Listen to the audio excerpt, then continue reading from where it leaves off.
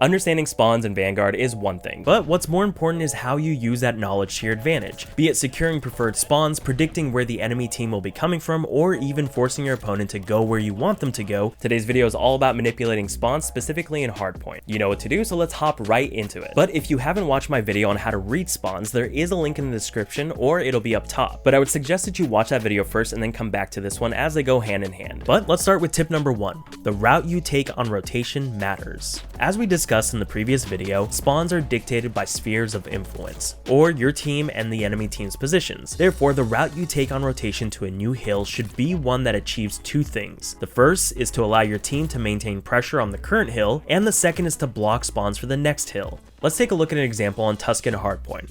Let's say it's P2 at the pillar and you're looking to rotate to P3. If you chose to rotate to P3 through the field, which is the typical route utilized for that rotation, you are shifting your team's sphere of influence to cover the right and top side of the map, which in turn shifts the enemy team's sphere to the left and bottom. The problem with this rotation is that the preferred spawns for P3 is on the roof side, and by rotating through the top side of the map, you are forcing the enemy team to spawn on the very point you are trying to secure. In order to block those spawns, you would effectively need to travel all the way around. That's why if you've ever made the rotation to P3 despite getting there before the enemy team, if you rotated through field, they will likely still secure the roof spawn because you forced them to take that route. So the better route to take is through P5, but this requires you to think ahead when you're initially setting up for P2 and ensure that you have someone pushed out beyond the platform close to P5 or just in front of it covering the radio room, which will also allow you to cut off enemies trying to hit the hill from there. Remember, your positioning still needs to allow you to contribute to the objective. The purpose of this setup being it will shift your team's sphere of influence to cover the bottom and right side of the map while spawning the enemy team in mid, or if you have a teammate pushed out in church, maybe even in field. As time winds down and you begin to rotate, you can then push up through P5 into roofs, effectively blocking that roof spawn to the enemy, so that even if your teammates are dying on P2, they will then spawn on roofs, at which point you've allowed your team to continue the rotation while also providing access to the old hill. That being said, things don't always go to plan, so if you are broken on P2 and start spawning behind church, or if you're on the flip side of the setup and your team is spawning mid or field, the natural inclination is to take the shortest route to P3, but fight that impulse and cut across to P5 and cut off the enemy players coming from P2 rather than allowing the team to manipulate you into rotating through mid or field. So remember, the route you take should involve blocking the desired spawns you are trying to acquire while allowing you to keep pressure up on the old hill.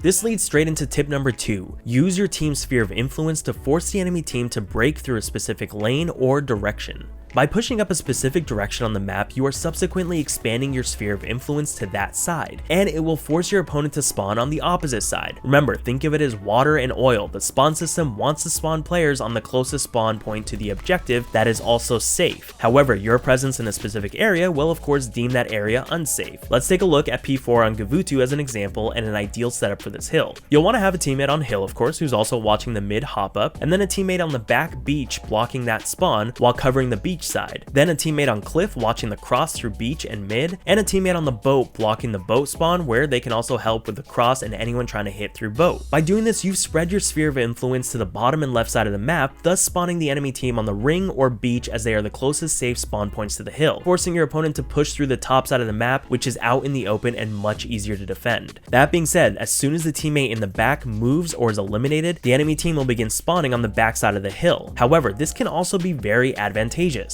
and you might be wondering why losing the preferred spawns in this case might be a good thing. Well, that's because that's where tip number 1 comes into play. As soon as you're ready to begin rotating to P5, have your teammate who is blocking the back spawn push up to the cliff side while covering your teammate on hill, which should allow the enemy team to begin spawning on the backside. This allows your teammates on cliff and boat to begin the rotation to P5 by sending maybe one through boat to the hill and the other to ring, watching anyone trying to rotate through there or the beach. This is also a very effective spawn trap that makes the enemy team's trek to P5 that much further and more difficult. Moving on to tip number 3, a larger map spread beyond a specific hill can create a staggered defense and force the enemy team to cover more ground in order to contest it. You've heard me say this time and time again, that your team should never be turtled up in the hill. You should of course be pushing out beyond the hill to stagger the enemy push and feed your team information. Now, in keeping with the theme of spawns, the further forward you and your team push beyond a hardpoint, the further out the other team will spawn. But ensure that you always have someone blocking the preferred spawns, because this this could then force the enemy team behind you. A prime example of this is Bocage Hardpoint on P3. If you have a teammate on tank watching anyone trying to wrap, a teammate in hill soaking time, a teammate watching the street, and a teammate pushed out in zig, you would be forcing the enemy team to spawn all the way behind P2. The key, however, is to ensure that you're blocking the spawns behind the hill, which the teammates on the tank or the street should be enough to block it. In summation, when you're trying to manipulate spawns, think water and oil. If we push up on this side, it will push the enemy team to the other side. Click on this video if you want some tips on more efficient rotations, but that's it for today's video. I'll see you tomorrow on day 3 of 30 of posting every day. You know what to do. My name is Drew, this was Sablehound, thank you for watching, and I'll see you tomorrow.